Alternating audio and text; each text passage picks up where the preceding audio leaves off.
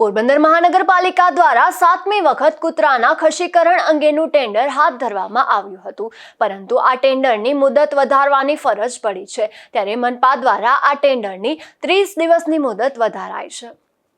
પોરબંદર શહેરમાં રઝળતા પશુઓ બાદ કૂતરાનો આતંક વધ્યો છે।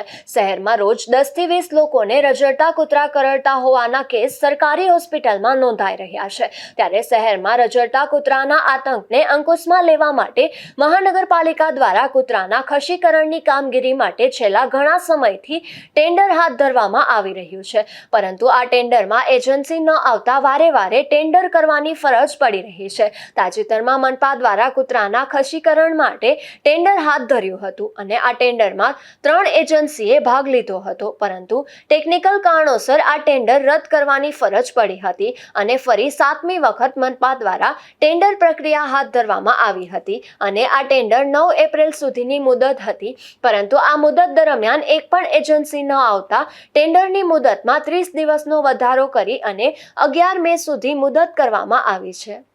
નિપુલ પોપટ સાથે અશોક થાનકી, ગુજરાત ન્યૂઝ, પોરબંદર।